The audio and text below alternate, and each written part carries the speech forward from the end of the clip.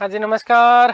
राधे राधे, जय श्री कृष्णा। कैसे हैं सब लोग? बढ़िया, मजे में, आनंद में। चलिए, ईश्वर आप सबको हमेशा आनंद में रखे, खूब मजे में रखें, खूब स्वाध्याय करें, खूब अध्ययन करें, खूब मेहनत करें और इस सृष्टि की संपूर्ण खुशियाँ आप लोगों को मिले। दोस्तों, हम बात कर रहे थे मुगल प्रशासन की और इसी मुगल प्रशासन की कड़ी में कुछ चीज़ें हल्की से मैं आपको रिवाइज करवा रहा हूँ और फिर उसके आगे की कहानी हम लोग देखेंगे। देखो, हमने बात की थी मुगल प्रशासन की और मुगल प्रशासन में मैंने कहा केंद्रीय प्रशासन, ठीक है, और दूसरा मैंने आपको कहा कि प्रांतीय प्रशासन। क्या चीज बेटा? प्रांतीय प्रशासन। दो चीजें हैं, एक तो केंद्रीय प्रशासन है और दूसरा क्या है? प्रांतीय प्रशासन है। लेकिन सर्वोच्च प्रशासक के रूप में कौन है? बादशाह है। सर्वोच्च प्रशासक कौन है? बादशाह है। किस रूप में है बेटा बादशाह? तो ध्यान रखना, सर्वोच्च प्रशासक के रूप में, सर्वोच्च शासक के रूप में, सर्वोच्च सेनापति के रूप में और सर्वोच्च न्यायाधीश के रूप में भी कौन होता था? बादशाह होता था। कौन होता था? बादशाह। अब हम बात करने वाले हैं किसकी? केंद्रीय प्रशासन की।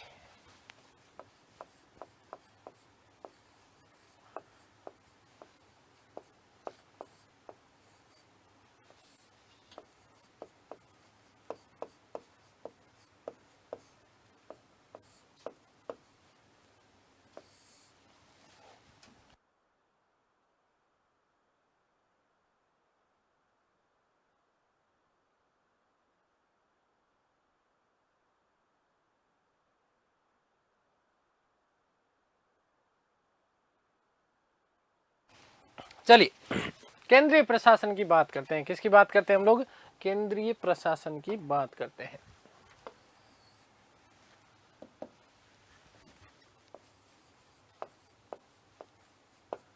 केंद्रीय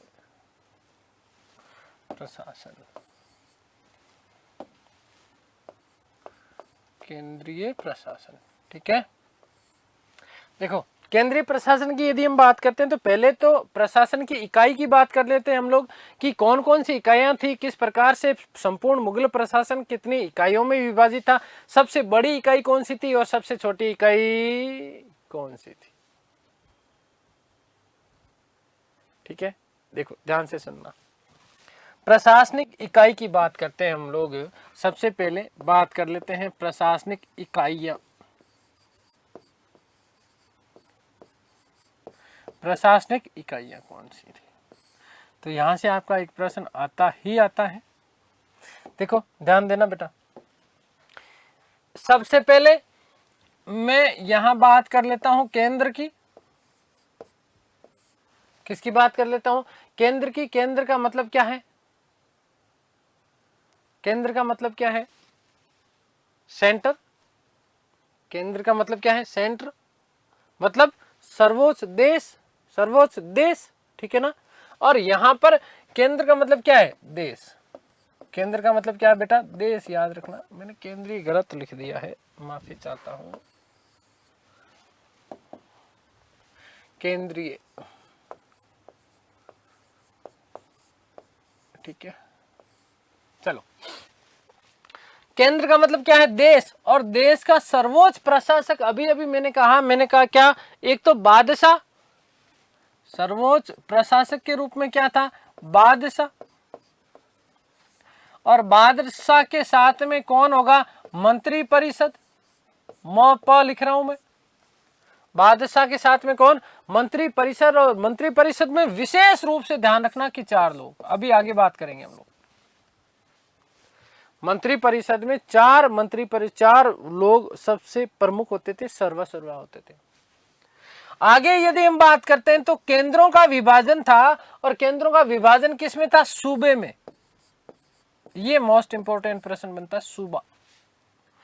क्या प्रश्न बनता है कि मुगलकालीन केंद्र या मुगलकालीन प्रशासन किसमें विभाजित था? तो सूबों में विभाजित था।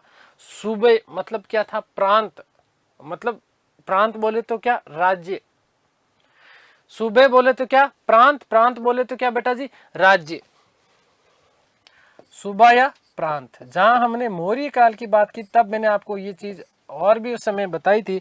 मैंने कहा कि मौर्यकालीन जो प्रशासन था, केंद्रीय इकाई थी, वो किसमें? प्रांतों में विभाजित थी जिसे चक्र या आहार भी कहा गया था। ठीक है, तो केंद्र सूबों में विभाजित था और सूबे का जो सर्वोच्च प्रशासक होता था उसको क्या कहा जाता था? सूबेदार। यहां पर लिख रहा हूं प्रशासक, यहां पर मैं लिख रहा हूं इकाई, यहां पर क्या लिख रहा हूं? इकाई। तो सूबेदार, आपने फौज में सूबेदार सुना होगा ना, ठीक है ना। तो महत्वपूर्ण बात क्या है कि सूबेदार पद, देखो लॉजिकल प्रश्न बनता है, सूबेदार पद कौन से काल की देन है? मुगल काल की। कौन से काल की देन है? मुगल काल की देन है। फौजदार कौन से काल की देन है? मुगल काल की। पटवार, पटवारी, कानूनगो कौन से काल के देन है? मुगल काल की। आगे बात समझ में क्लियर है ना। तो देखो सबसे बड़ी इकाई के रूप में केंद्र, केंद्र किस में विभाजित था, अर्थात देश किस में विभाजित था? सूबे में। सूबे या प्रांत, इसका जो प्रशासक था उस प्रशासक को हमने कहा सूबेदार। क्या कहा? सूबेदार। और सूबे में क्या चलती थी? सरकार।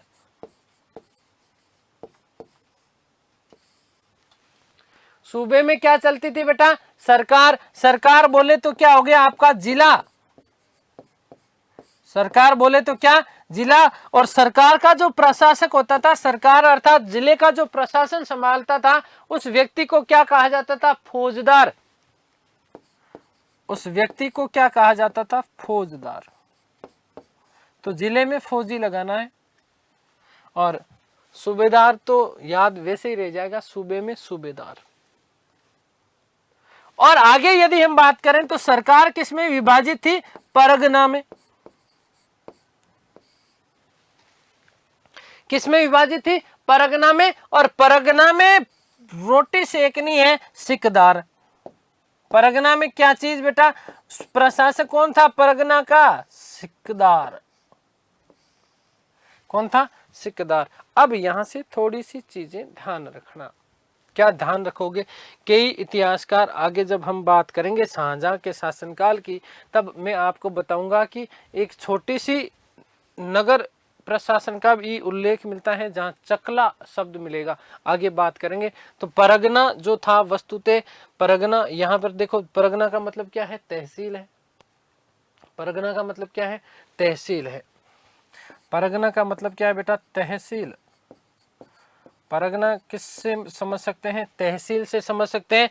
अब यहाँ पर नगर नामक प्रशासक इकाई का भी उल्लेख मिलता है, लेकिन हमारे लिए महत्वपूर्ण है नहीं, क्योंकि ज्यादातर पुस्तकों में इसका उल्लेख नहीं मिलता, बहुत कम पुस्तकों में उल्लेख मिलता। लेकिन फिर भी ध्यान रखना कि नगर के बाद में, परगना के बाद में क्या? नगर। लेकिन सबसे छोटी इकाई जो थी वो क्या था? गांव। क्या था? गांव। अब देखो गांव, यहां से प्रश्न आएगा। क्या प्रश्न आएगा बेटा?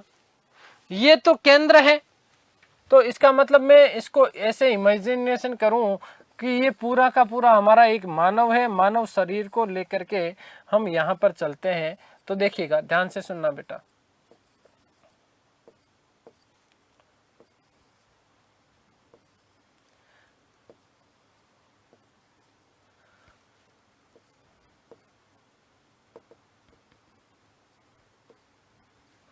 ठीक है, बढ़िया सा हेयर स्टाइल कर देते हैं हनी सिंह वाली। अब देखो, ये केंद्र है, सबसे बड़ी इकाई है, और ये पैर इसकी सबसे छोटी इकाई है। पैरों में व्यक्ति क्या पहनता है? मोजा पहनता है। पैरों में व्यक्ति क्या पहनता है? मोजा पहनता है। तो मोजा पहना देना इसको। क्या पहना देना? मोजा पहना देना। आगे बात समझ में क्लियर है ना। तो ग्राम या गांव, इस गांव को सबसे, जो कि सबसे छोटी इकाई थी, ऊपर से चलना नीचे पैरों में आना, सबसे छोटी इकाई कौन सी है? गांव। और इस गांव को क्या कहा जाता था? मोजा।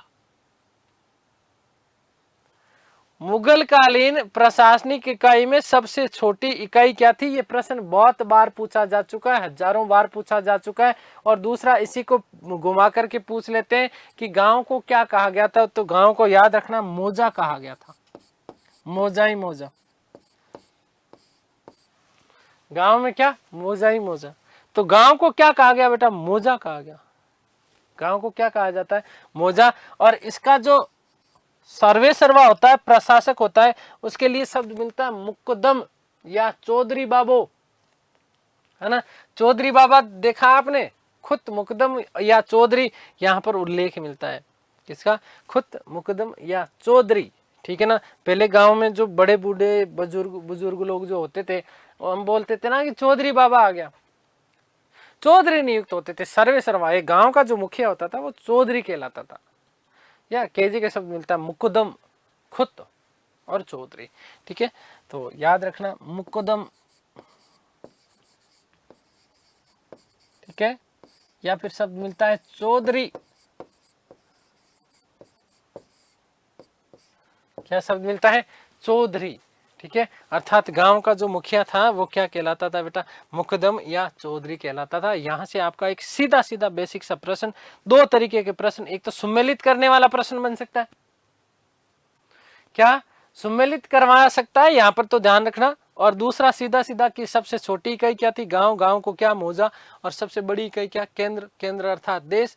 इसका प्रशासक कौन, इधर बादशाह प्लस मंत्रिपरिषद, और मंत्रिपरिषद में 4 लोग प्रमुख, अभी हम बात करेंगे। आगे क्या, सूबा, सूबा का मतलब प्रांत, सूबा किस में विभाजित था, सरकार में, सरकार किस में विभाजित, परगना में। और यहाँ पर एक छोटी सी इकाई का नाम मिलता है नगर का, आगे हम बात करेंगे जब शाहजहां की बात करेंगे। इसी के लिए शब्द मिलता है चकला, क्या शब्द मिलता है, चकला नामक इकाई का उल्लेख भी कई लोग यहाँ पर करने का प्रयास करते हैं। केवल दिमाग में याद रखना इस बात को, ठीक है। लेकिन सबसे छोटी इकाई क्या थी बेटा जी, गांव थी। सबसे छोटी इकाई क्या थी, गांव थी। और गांव का मुखिया आपका मुकदम या चौधरी, मुकदम या चौधरी। आगे बात समझ में क्लियर है। यहां से आपका एक प्रश्न बनने की पूरी पूरी संभावना है, ठीक है। अब देखो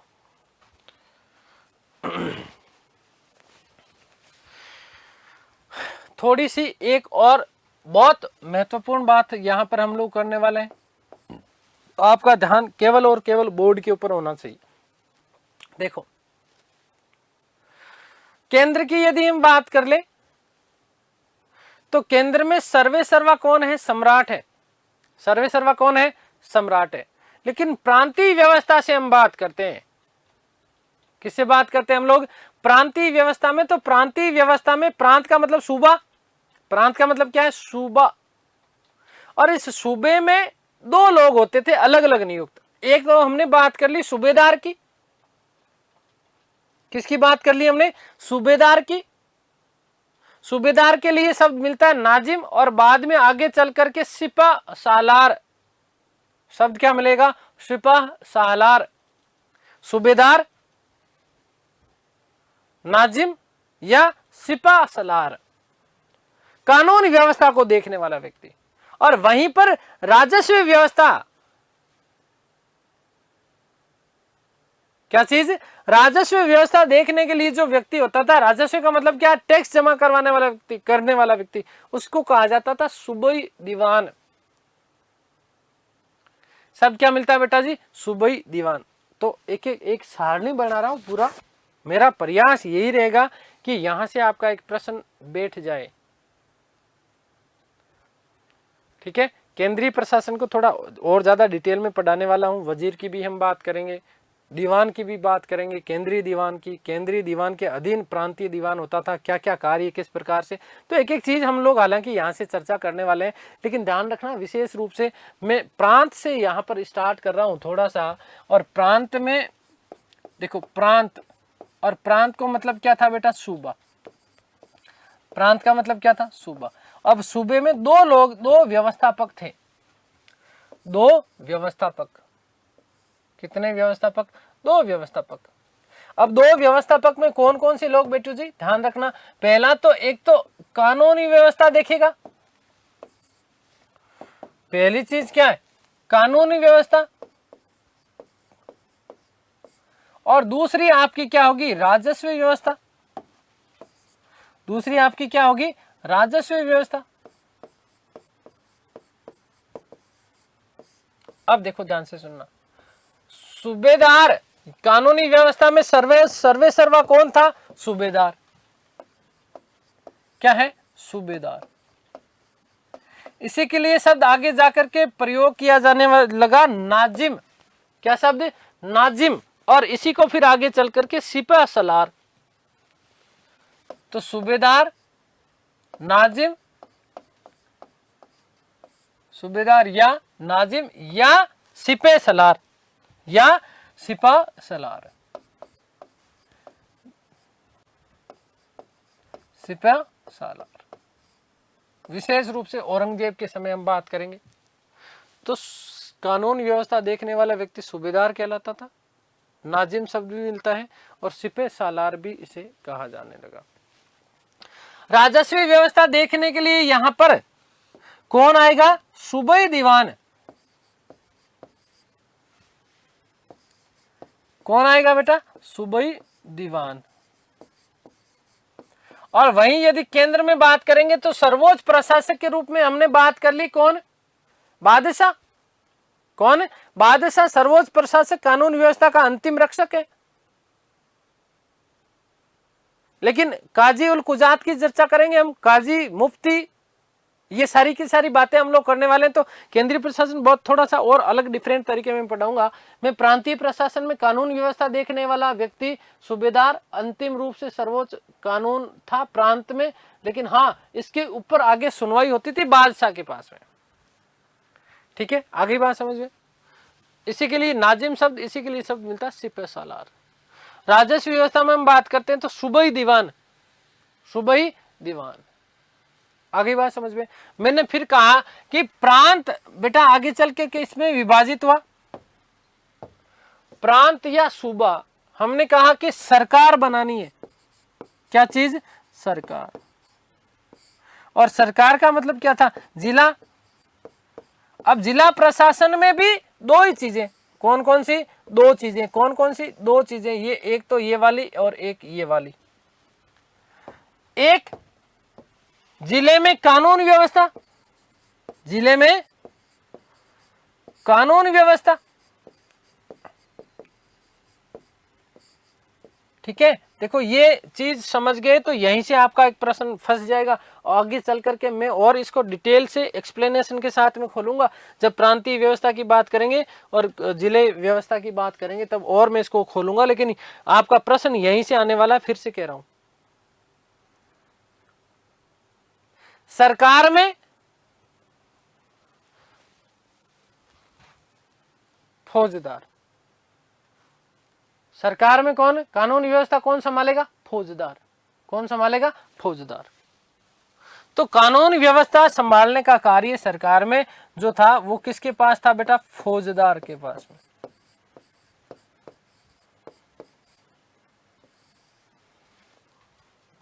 और राजस्व ये फौजदार व्यक्ति बेचारा जिले में बैठा बैठा ऐसे याद रखना कि अमल खाके गुजारा करता था। फौजदार जिले में बैठ करके अमल खाके गुजारा करता था। इसका मतलब अमल का मतलब देखो यहां पर क्या है? राजस्व व्यवस्था की बात करेंगे हम लोग। किसकी बात करेंगे? राजस्व व्यवस्था की। तो राजस्व व्यवस्था वसूलने वाला व्यक्ति जिले में क्या कहलाता था? अमल गुजार। मैंने कहा अमल खा करके गुजारा करता था। अमल बोले तो अफीम है ना, तो इसलिए इसको क्या कहा जाता था? अमल गुजार। अमल गुजार क्या कहा जाता था बेटा? अमल गुजार कहा जाता था। केंद्र की बात कर ली हमने, फिर सरकार की बात कर ली और आगे हम बात करेंगे किसकी बेटा? याद रखना, परगना। किसकी बात करेंगे? परगना। नंबर 3 परगना। अब देखिएगा, परगना में भी वही चीज, पहली चीज कानून व्यवस्था,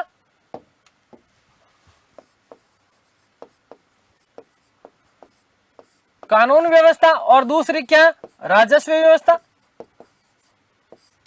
दूसरी चीज क्या? राजस्व व्यवस्था। अब देखो इधर आओ, पहली लाइन में परगना में कौन था? परगना का मतलब तहसील। यहां पर कानूनी जो अधिकारी था वो इसको क्या कहा जाता था? सिकदार। क्या कहा जाता था? सिकदार। तो ये लो, पहली चीज तो हमें पता है कि कानून व्यवस्था जो संभालने वाला व्यक्ति था परगना में, उस परगना का मतलब क्या था? तहसील। यहां पर व्यक्ति आ जाएगा आपका, क्या आएगा? सिकदार। सिकदार ए सिकदरान, आगे शब्द बोलूंगा मैं आपको, क्या? सिकदार ए सिकदरान। अब देखो परगना के लिए एक शब्द और मिलता है, परगना के लिए शब्द मिलता है माहल, परगना या माहल, परगना या महल। अब देखो यहां राजस्व व्यवस्था की जब बात करते हैं तो वहां पर अमल खा के गुजारा, और सिकदार तो बिल्कुल और बिल्कुल पूरा का पूरा आमिल ही था। सिकदार पूरा का पूरा क्या था बेटा? आमिल था। क्या था? आमिल था। अब आमिल यहां पर, अब देखो आमिल के अधीन 3 लोग होते थे। आमिल के अधीन कितने लोग होते थे? 3 लोग होते थे।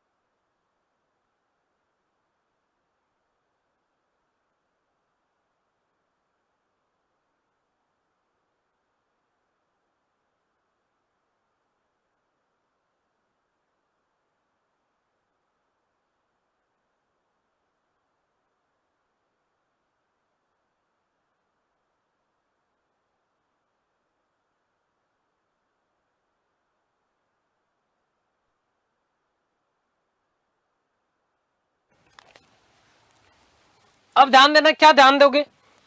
आपसे पूछ लिया जाएगा कि परगना में राजस्व वसूलने वाला या वित्तीय अधिकारी के रूप में सर्वोच्च व्यक्ति कौन था? आमिल। इस आमिल के अधीन देखो मालगुजारी वसूल करने के लिए विशेष रूप से जब हम बात करेंगे शाहजहां की, अभी समझ लेना चीजों को, तो शाहजहां ने इसके अधीन एक अमीन या आमीन की नियुक्ति की। आमीन क्या करता था? एक तो भूमि माप, क्या चीज? भूमि का माप, या फिर मालगुजारी, मालगुजारी हेतु विशेष रूप से मालगुजारी हेतु, या फिर दूसरा भूमि माप में सहायता करता था। भूमि माप में सहायक है ये। आमीन के अलावा एक यहां पर शब्द याद रखना, फौतदार। क्या याद रखोगे? फौतदार। अब ये फौतदार महत्वपूर्ण है, वेरी मोस्ट इंपोर्टेंट बन जाता है बेटा।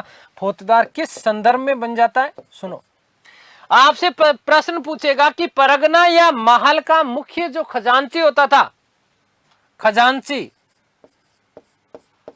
कौन चीज? खजांची क्या कहलाता था? फौतदार कहलाता था। और यहीं पर पहली बार शब्द देखने को मिला हमें, कानूनगो। कौन होता था? कानूनगो। तो कानूनगो का मतलब था पटवारियों का प्रमुख।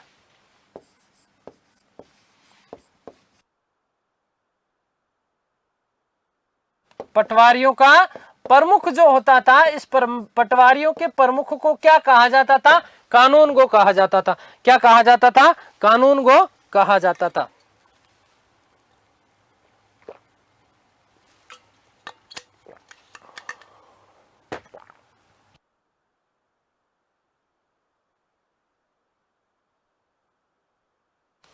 अब देखो सारी की सारी बात, एक चीज मोस्ट इंपोर्टेंट यहीं पर बता रहा हूं। देखो मोस्ट इंपोर्टेंट बात है बेटा जी, कारकुन। क्या शब्द याद रखना है? कारकुन। परगने का जो लिपिक होता था, परगने का जो लिपिक, कारकुन, जो बार बार आपसे पूछा जा चुका है। कारकुन का मतलब यह था कि परगने का लिपिक, परगने का लिपिक जो था, ये परगने का लिपिक आपका क्या कहलाता था? कारकुन कहलाता था। यहां पर देखो ध्यान से सुनना, ये जो पद स्थापित किया गया था, कौन सा? आमीन वाला। ये पद शाहजहां के समय स्थापित किया गया था, माल गुजारी के लिए या भूमि के लिए। बाकी विशेष रूप से फौजदार, कानूनगो, कारकुन, और आपको विशेष रूप में याद रखना है कि परगने का लिपिक कौन था? तो कारकुन था। बात समझ में आ गई। फिर देखो परगने की बात हो गई। अगली बात हम बात कर लेते हैं नेक्स्ट, ग्राम या गांव। और गांव को बेटा जी क्या कहा जाता था? मौजा कहा जाता था। गांव को क्या कहा गया? मौजा। अब गांव में भी दो चीजें, एक तो कानून व्यवस्था के लिए, गांव में चिंता मत करना, वापिस समझा दूंगा अभी, ठीक है ना, कानून व्यवस्था के लिए, और दूसरा गांव के राजस्व वसूल करने के लिए अलग अलग लोग। अब देखो ध्यान देना, पहले बस देख लो इसको। गांव में जो कानून व्यवस्था देखता था, अभी अभी थोड़ी देर पहले मैंने आपको बताया, मैंने कहा देखो ये रहा गांव, मुकदम या चौधरी, मुकदम या चौधरी। आगे बात समझ में क्लियर है ना? और दूसरा राजस्व वाला, गांव में कौन होते हैं? पटवारी जी होते हैं कि नहीं होते हैं? बताओ, गांव में पटवारी साहब होते हैं कि नहीं होते? तो पटवारियों का प्रमुख कानून को कहलाता था। और गांव में राजस्व व्यवस्था देखने का कार्य कौन करता था बेटा? कौन करता था? पटवारी। तो पटवारी और कानून को, ये दोनों के दोनों पद मुगल काल की देन है भारतीय इतिहास को या भारत को। ये चीज ध्यान रखना, विशेष प्रश्न आपका लॉजिकल प्रश्न बन जाता है, ठीक है। खुद मुकदम या चौधरी ये शेरशाह सूरी के समय में भी प्रचलित था। हम आगे जब टोडरमल व्यवस्था की बात करेंगे तो थोड़ा और इसको डिटेल में करेंगे, ठीक है। आगे बात समझे तो देखो, यहां कानून व्यवस्था तो कौन संभालेगा? मुकदम। कानून व्यवस्था आपकी कौन संभालेगा? मुकदम। या फिर यहीं पर शब्द क्या है? चौधरी भी याद रखना। और याद रखना कि राजस्व वसूल करने का कार्य किसके पास में होता था? गांव में पटवारी जी के पास में। किसके पास में? पटवारी के पास में। इतनी बात समझ में आ गई क्या? यहां तक किसी कोई डाउट है क्या? मैं एक सेकंड में देखो वापस रिवाइज करवा रहा हूं बेटा, यहीं से ले लो। हमने मुगल प्रशासन की बात की, दो चीजें, केंद्रीय प्रशासन है ना, और प्रांतीय प्रशासन। केंद्रीय प्रशासन में सर्वोच्च प्रशासक या इन समस्त प्रशासन में सर्वोच्च प्रशासक बादशाह था। इन तीनों चीजों का मैंने आपको बता दिया। फिर हमने कहा केंद्रीय प्रशासन की में इकाइयों की बात करी हमने, कौन कौन सी इकाई? तो नंबर 1 केंद्र, नंबर 2 क्या है बेटा? सूबा, नंबर 3 क्या है? सरकार, नंबर 4 क्या है? परगना, और नंबर 5 क्या है? याद रखना, गांव। सबसे छोटी इकाई क्या थी? गांव, जिसे मौजा कहा जाता था। इसका प्रशासक मुकदम या चौधरी होता था। परगना मतलब तहसील, तहसील का मुखिया सिकदार। सरकार मतलब जिला, और इसका मुखिया फौजदार, कानून व्यवस्था। सूबा, सूबा मतलब प्रांत, और प्रांत का मतलब राज्य, ठीक है ना, और इसका सूबेदार। केंद्र, देश, बादशाह और मंत्री परिषद। यहाँ पर विशेष रूप से ध्यान रखना कि वो क्या करते थे, यहाँ पर इस शासन व्यवस्था को संभालने का दायित्व इनके पास होता था। फिर हमने बात की कि केंद्र में, तो वैसे भी अभी अलग बात करेंगे, केंद्र में सर्वे सर्वा एक तरीके से कौन है? बादशाह जी हैं। और बादशाह के बाद में प्रधानमंत्री होता था, जिसे वकील या वजीर कहा जाता था। अभी बात करेंगे उकील। गांव वाली महिलाएं, जब माताएं बहनें बोलती है ना, पहले बोलती थी ना, उकील पण मत कर, उकील आ गयो, ठीक है, तो ध्यान रखना ये। खैर, प्रांत में कानून व्यवस्था या कानून व्यवस्था का सर्वोच्च अधिकारी, देखो कैसे प्रश्न घुमाएगा कि प्रांतों में कानून व्यवस्था का सर्वोच्च अधिकारी कौन होता था? सूबेदार। यही चल के नाजिम, और यही सिपह सलार, सिपह सालार। प्रांतों में वित्तीय व्यवस्था या राजस्व, एक ही बात है बेटा, राजस्व का मतलब वित्त है। वित्तीय व्यवस्था या राजस्व व्यवस्था का सर्वोच्च कौन था? सूबाई दीवान, सूबाई, ठीक है, सूबाई दीवान या सूबाई दीवान एक ही बात है।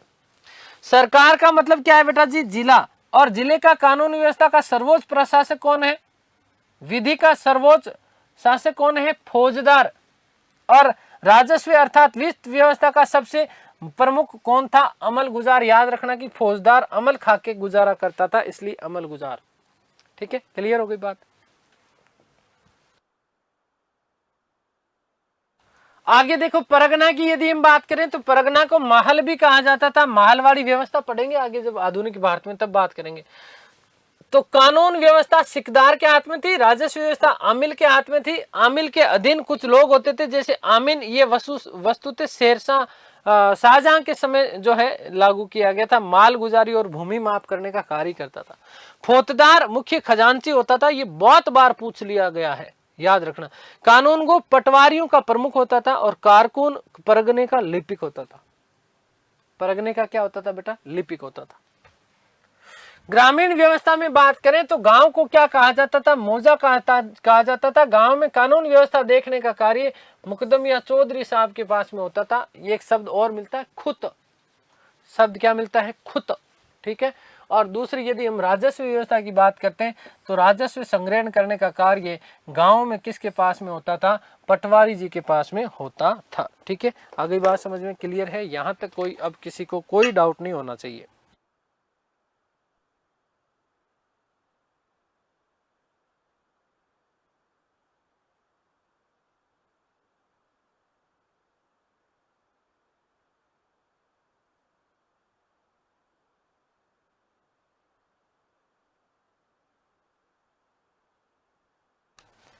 चलिए, अब हम बात कर लेते हैं केंद्रीय प्रशासन की। केंद्रीय प्रशासन, केंद्रीय प्रशासन। अब एक एक चीज को हम बिल्कुल जो है डिटेल से पढ़ने वाले हैं। केंद्रीय प्रशासन, ध्यान देना बेटा। केंद्रीय प्रशासन में सर्वे सर्वा कौन है? बादशाह।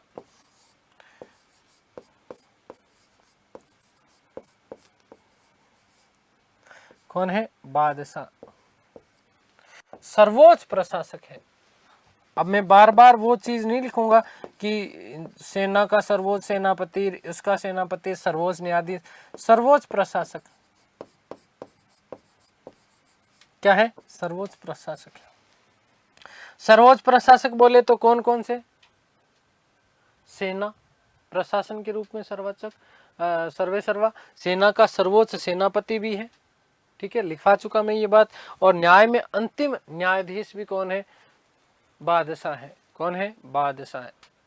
मैंने कहा कि 1579 ईस्वी में अकबर ने महजर की घोषणा की और इस्लामिक धार्मिक कानून व्यवस्था में अपने आप को सर्वे सर्वा बना लिया। अंतिम निर्णय दाता बन गया था कौन? बादशाह अकबर। उसके बाद हम बात करते हैं, बादशाह के बाद में कौन आएगा? आपका वजीर। कौन आएगा? वजीर महत्वपूर्ण है। देखो बेटा, ध्यान देना। वजीर, इसी वजीर को कहा जाता था वकील। क्या कहा जाता था? वकील। या इसी को कहा जाता था प्रधानमंत्री, पीएम।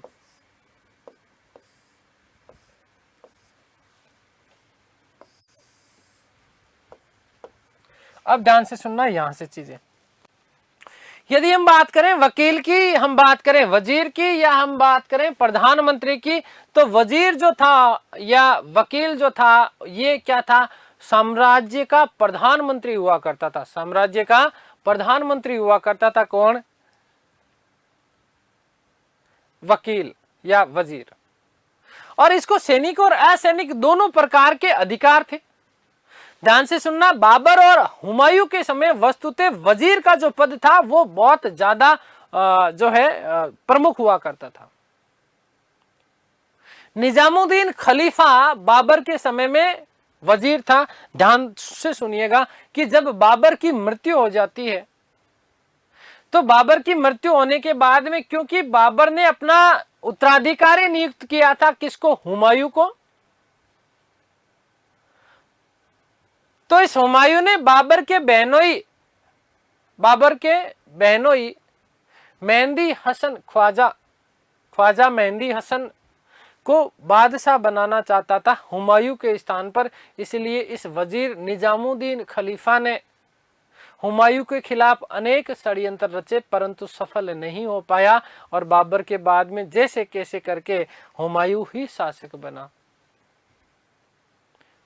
तो जैसे ही हुमायूं शासक बना तो हुमायूं के समय वजीर कौन होंगे? एक तो अमीर उवैस और दूसरा हिंदू बेग हुमायूं के समय वजीर थे। सबसे मोस्ट इंपॉर्टेंट बात ध्यान रखना कि इसी वजीर को अकबर के शासनकाल में वकील कहा जाने लगा। अकबर के शासनकाल में क्या कहा जाने लगा? वकील कहा जाने लगा। किसके शासनकाल में? अकबर के शासनकाल में। किसको? वजीर को, मतलब प्रधानमंत्री। आपने ध्यान होना चाहिए कि जब हुमायूं साहब की मृत्यु हो जाती है तो अकबर, क्योंकि अकबर का जन्म 1540 में, 15 अक्टूबर 1540, तो अकबर की मृत्यु के बाद, माफ कीजिएगा, कि हुमायूं की मृत्यु के बाद में संरक्षक सर्वेसर्वा बनता बैराम खां। और इसी बैराम खां क्योंकि संरक्षक था तो उस संरक्षक को अकबर ने अपना वकील नियुक्त किया। और अकबर के शासनकाल में वकील को वकील ए मुतलक कहा जाता था। क्या कहा जाता था? वकील ए मुतलक कहा जाता था। लेकिन यदि आपने चीजें, आपको पता होना चाहिए कि बैराम खां का पतन हो जाता है। बैराम खां और अकबर के बीच में कुछ चीजें बदल जाती हैं। तो बैराम खां के पतन के बाद अकबर ने क्या किया? क्योंकि एक बार से यदि हम बात करें तो बादशाह के बाद में सर्वे सर्वा है, सर्वोच्च प्रशासक है वकील। बादशाह के बाद में वकील या प्रधानमंत्री। ठीक है, तो ध्यान रखना कि उसे, अकबर को ऐसा लगा कि यार ये बहुत ज्यादा जो था, ये बहुत ज्यादा है, ये इसके पास में शक्तियां बहुत ज्यादा हैं, तो इन शक्तियों को कुछ कम करना चाहिए। इसीलिए मोस्ट इंपॉर्टेंट ध्यान से सुनना कि बैराम खां की मृत्यु के बाद में, बैराम खां की मृत्यु के बाद में अकबर ने इस वकील की शक्तियों को कम करने के लिए अपने शासनकाल के 8वें वर्ष, अकबर का शासनकाल प्रारंभ हो गया 1556 में, और 8 जोड़ोगे तो 1564 आ जाएगा। कितना आ जाएगा? 1564 आ जाएगा। तो 8वें वर्ष उसने एक पद नियुक्त किया जिसका नाम था दीवान ए वजारत ए कुल। और इस दीवान साहब को राजस्व और वित्त मामलों का प्रधान नियुक्त कर दिया। याद रखना कि अकबर के समय में प्रथम जो दीवान नियुक्त किया गया था वो था मुजफ्फर खान। हालांकि बैराम खां के पतन के बाद में अकबर ने कुछ समय के लिए इस वकील का पद खाली रखा था, या वजीर का पद खाली रखा था, याद रखना। और वकील का पद इसलिए भी उसने खाली रखा क्योंकि एक तरीके से उसके एकाधिकार को समाप्त करने के लिए उसने चीजें विभाजित कर दी अकबर ने। कैसे विभाजित करी? दीवान बनाया मीर बख्शी, मीर सामा, सद्र उस सुदूर। ये 4 अधिकारी, मैंने आपको कहा था कि केंद्रीय प्रशासन में 4 विशेष लोग कौन? एक तो बादशाह प्लस 4 लोग कौन? एक तो हो गया बेटा दीवान, मीर बख्शी, मीर सामा, सद्र उस सुदूर। पहला दीवान वित्त मामले, मीर बख्शी सैनिक मामले, मीर सामा घरेलू मामले, और सद्र उस सुदूर धार्मिक मामले। इन 4 लोगों में उसने क्या कर दिया? विभाजित कर दिया। तो वजीर का जो ओहदा था, वकील का जो पद था, इस वकील के पद की थोड़ा सा गौरव कम हो गया। और यदि हम बात करें शाहजहां के समय के काल की, तो शाहजहां के समय के शासनकाल में तो ये जो वकील का जो पद था वो केवल और केवल जो था, हाँ, याद रखिएगा कि केवल सम्मान मात्र का ही पद रह गया था।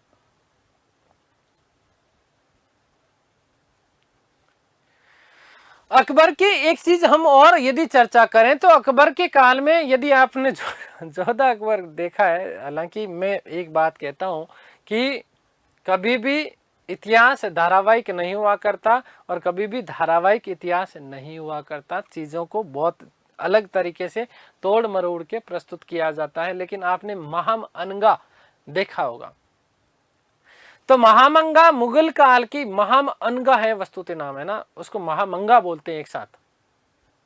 तो महामंगा याद रखना कि मुगल काल की पहली और अंतिम ऐसी महिला थी जो कि संयुक्त प्रधानमंत्री पद पर उसको नियुक्त किया गया था। उसे वजीर ए आलिया, देखो यदि पुरुष है तो वजीर ए आला, आला मतलब गीला है? पुरुष है तो क्या वजीर ए आला, और महिला है तो वजीर ए आलिया। तो संयुक्त रूप से प्रधानमंत्री के पद पर रहने वाली प्रथम महिला थी। कौन थी बेटा? याद रखना, महामंगा, मुगल काल की प्रथम ऐसी महिला जो कि वजीर ए आलिया या प्रधानमंत्री के पद पर नियुक्त रही। आगे बात समझ में क्लियर है ना? तो पहला हम बात कर रहे हैं वजीर की।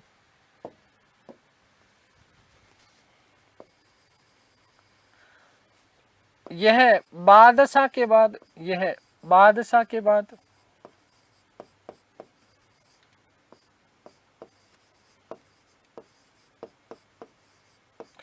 सबसे शक्तिशाली पद था, सबसे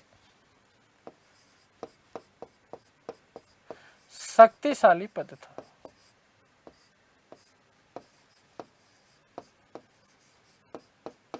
जिसे सैनिक व असैनिक दोनों अधिकार प्राप्त थे, जिसे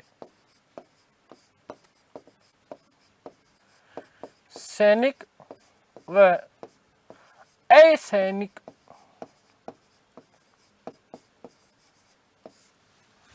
दोनों अधिकार प्राप्त थे।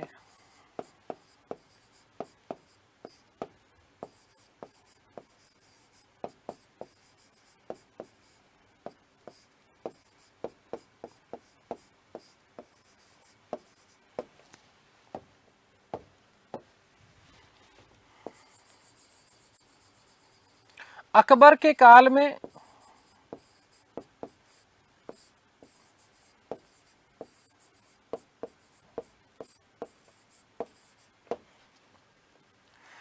वजीर को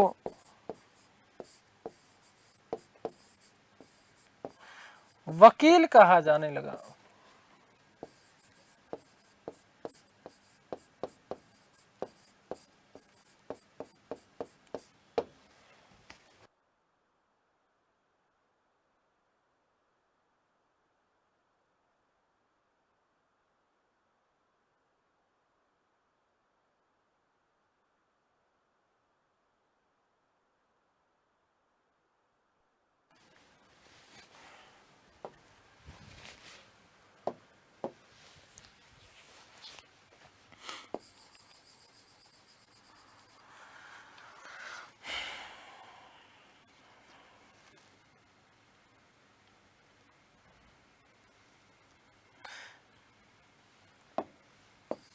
याद रखना बेटा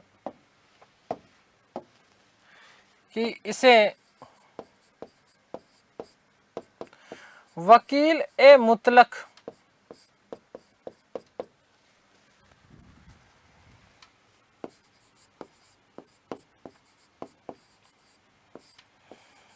कहा जाता था।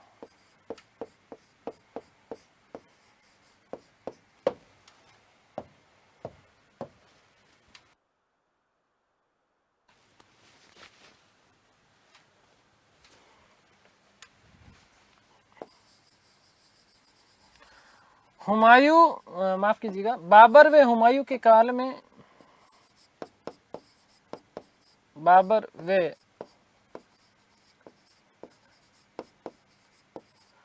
हुमायूं के काल में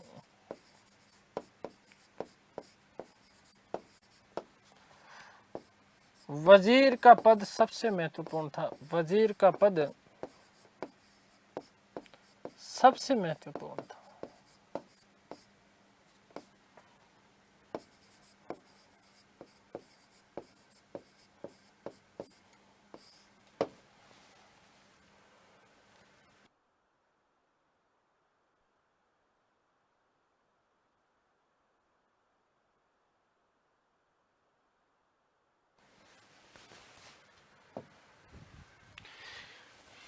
एक तरफ मैं शासक लिख रहा हूं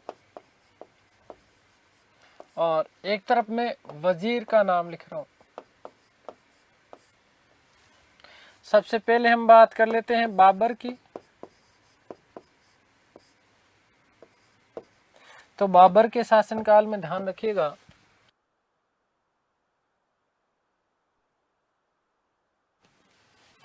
निजामुद्दीन खलीफा, निजामुद्दीन खलीफा। फिर नंबर 2, हुमायूं के काल की बात करते हैं। तो हुमायूं के काल में अमीर उवैस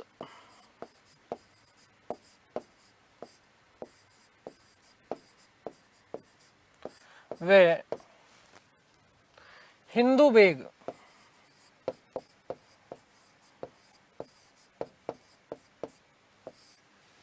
फिर यदि हम बात करते हैं नंबर 3, अकबर बादशाह अकबर महान। तो प्रारंभिक समय में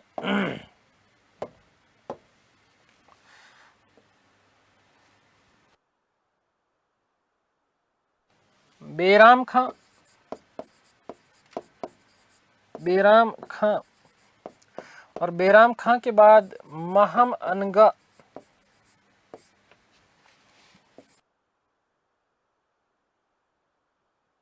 महामंगा। ठीक है ना। अब देखो ध्यान से सुनना बेटा, महामंगा, महामंगा एक साथ ऐसे बोल देते हैं। महामंगा वस्तुतः अकबर की धाई मां हुआ करती थी। क्या हुआ करती थी? धाई मां हुआ करती थी। ठीक है, क्लियर है ना। और इसीलिए बेराम खां, जब बेराम खां, ऐसा कहा जाता कि हुमायूं का जब मृत्यु हुई तो अकबर रोया नहीं था, परंतु जब बेराम खां की मृत्यु हुई तो अकबर रोया था। उसने कहा कि आज मैं वास्तविक रूप से, आज मैं वास्तविक रूप से मैं अनाथ हो गया हूं, मैं अनाथ हो गया हूं। तो ये बात याद रखना विशेष रूप से। ठीक है ना। अगली बात समझ में याद रखना कि अकबर के काल में वजीर को क्या कहा जाता था? वकील कहा जाता था।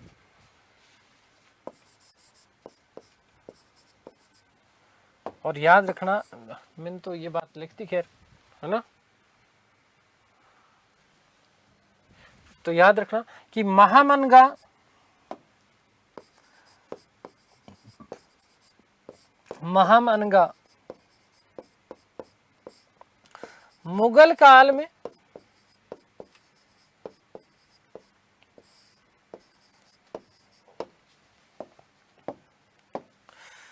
वकील या वजीर एक ही बात है, या प्रधानमंत्री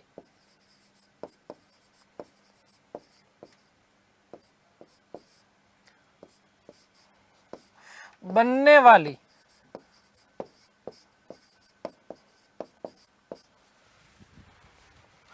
प्रथम वे अंतिम महिला थी। प्रथम वे अंतिम महिला थी।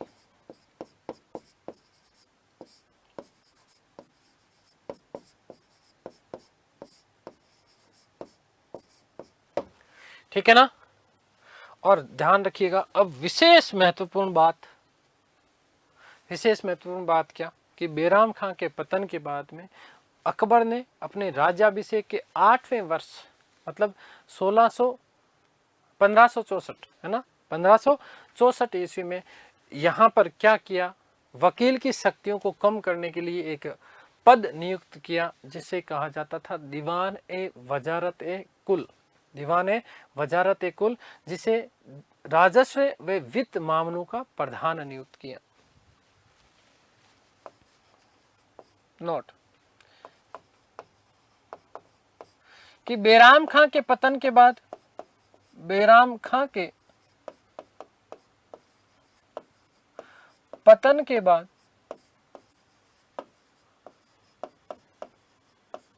अकबर ने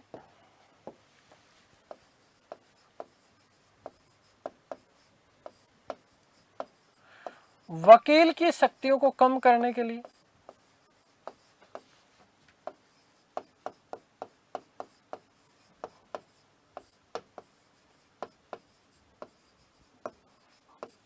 कम करने हेतु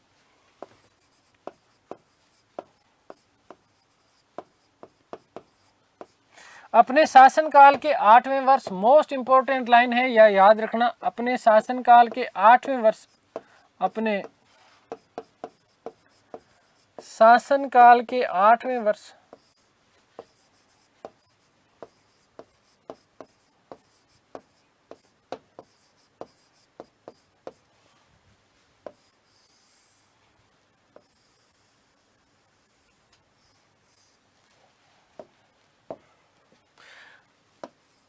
दीवान का पद सर्जित किया।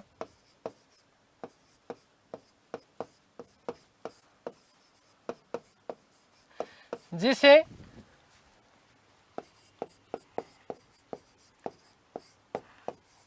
दीवान ए वजारत ए कुल, दीवान ए वजारत ए कुल, छोटा सा नाम है, ज्यादा बड़ा नाम नहीं है,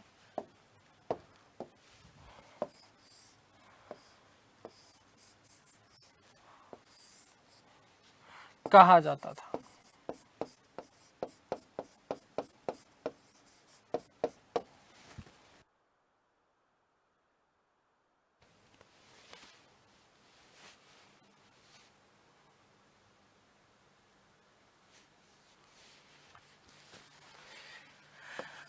इसे राजस्व व वित्त मामलों का सर्वोच्च बना दिया।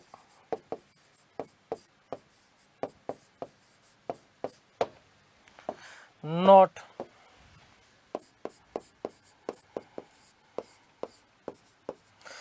प्रथम दीवान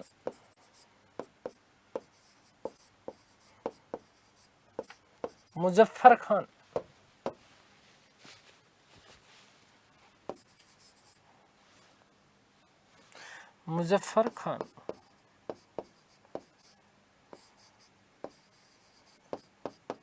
खान को नियुक्त किया।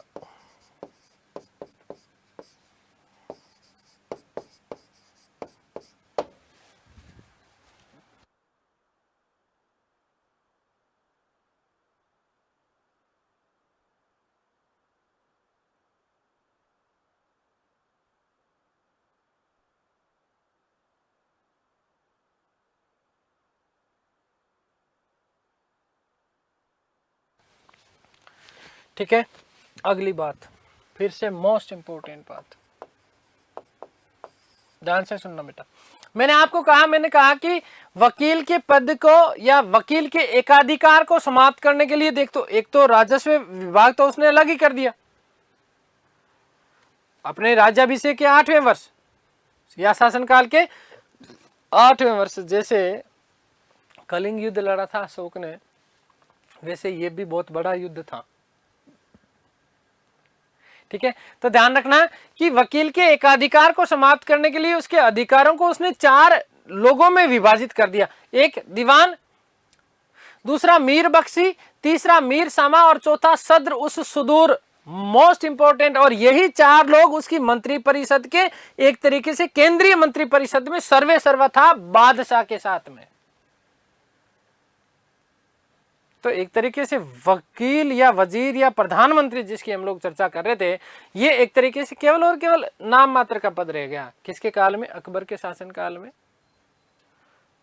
अब इसकी स्थितियां और आगे ज्यादा दयनीय हो गई। कब? शाहजहां के काल में वकील जो था वो केवल सम्मान का पद था, हाँ कि वकील साहब है।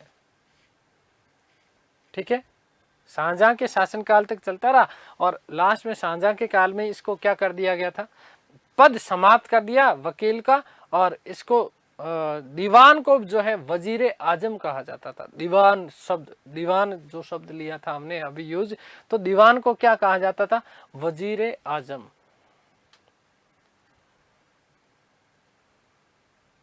वजीर आला, वजीर आलिया। ठीक है, आला आलिया।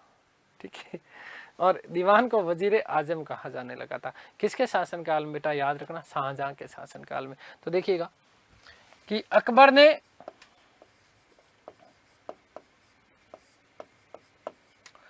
वकील के एकाधिकार को समाप्त करने हेतु वकील के एकाधिकार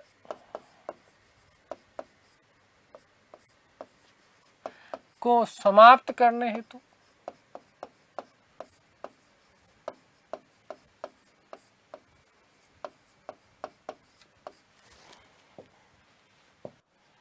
उसके समस्त अधिकारों को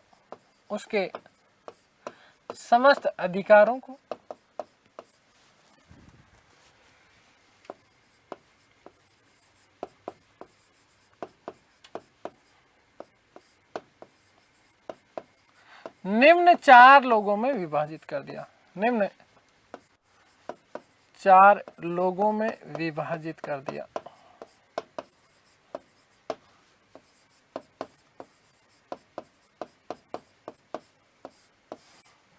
चार लोग कौन कौन से? एक तो दीवान, दूसरा मीर बख्शी,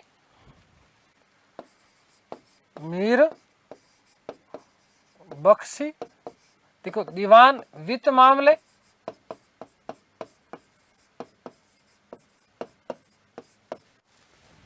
मीर बख्शी बेटा जी याद रखना सैनिक मामले,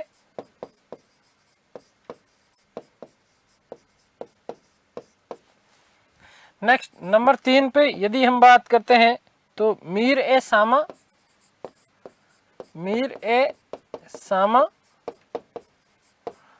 सामा जी घरेलू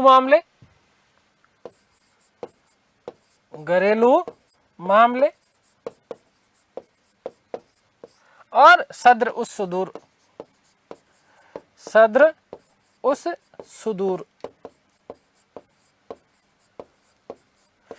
सुदूर का मतलब धार्मिक मामले बेटा। दूर की कौन देखता है? धर्म देखता है, इसलिए धार्मिक मामले।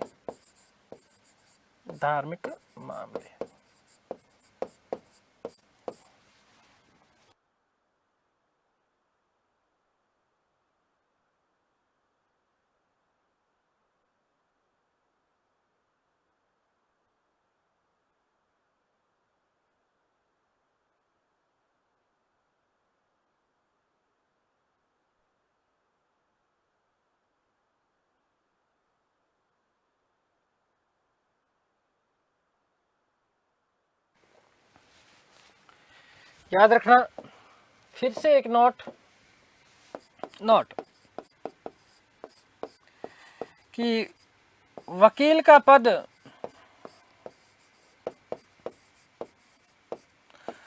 शाहजहां के शासनकाल तक चलता रहा। शाहजहां के शासनकाल तक चलता रहा।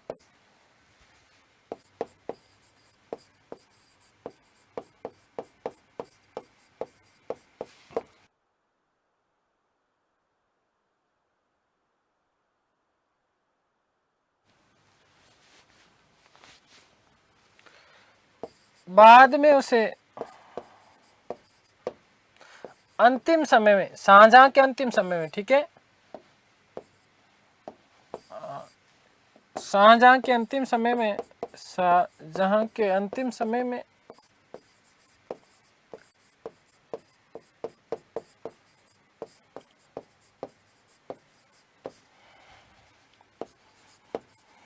इसे समाप्त कर दिया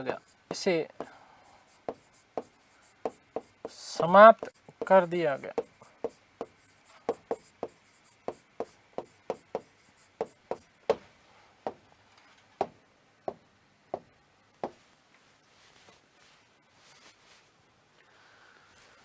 तथा दीवान को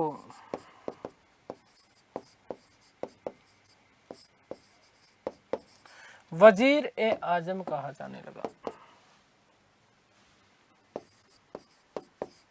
वजीर ए आजम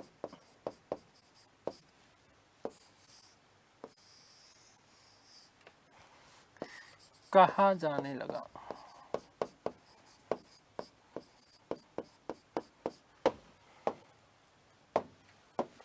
ठीक है बेटा जी। तो उम्मीद करता हूँ कि सारी चीज़ें आप लोगों को समझ में आ गई होगी। ठीक है, किसी भी तरह की कोई चीज़ें समस्याएं हो तो बता दीजिएगा, मेल कर दीजिएगा, मैसेज डाल दीजिएगा टेक्निकल टीम को। ठीक है, ध्यान रखना। वकील का एकाधिकार समाप्त करने के लिए अकबर ने क्या किया, 4 भागों में विभाजित कर दिया पूरे के पूरे। दीवान वित्त मामले, मीर बख्शी सैनिक मामले, मीर सामा घरेलू मामले, सदर और सदूर धार्मिक मामले। आगे फिर सदर और सदूर में भी हम काजी और काजी उल कुजात की बात करेंगे। ठीक है, तो उम्मीद करता हूँ सारी की सारी चीज़ें आप लोगों को समझ में आई होगी। दीवान की बात करेंगे हम अगली क्लास में। इन चारों पदों की महत्वपूर्ण जो 4 पद थे, इन चारों पदों की हम लोग चर्चा करने वाले हैं। ठीक है, उम्मीद करता हूँ सारी चीज़ें आप लोगों को समझ में आई होगी। ईश्वर से प्रार्थना करता हूँ कि आप सब स्वस्थ रहें, मस्त रहें, तंदुरुस्त, आह्लादित और प्रसन्नचित रहें। सृष्टि की संपूर्ण खुशियाँ आपको और आपके परिवार को मिले। मिलते हैं हमारी अगली कक्षा में, तब तक के लिए सभी को धन्यवाद, नमस्कार, थैंक यू सो मच।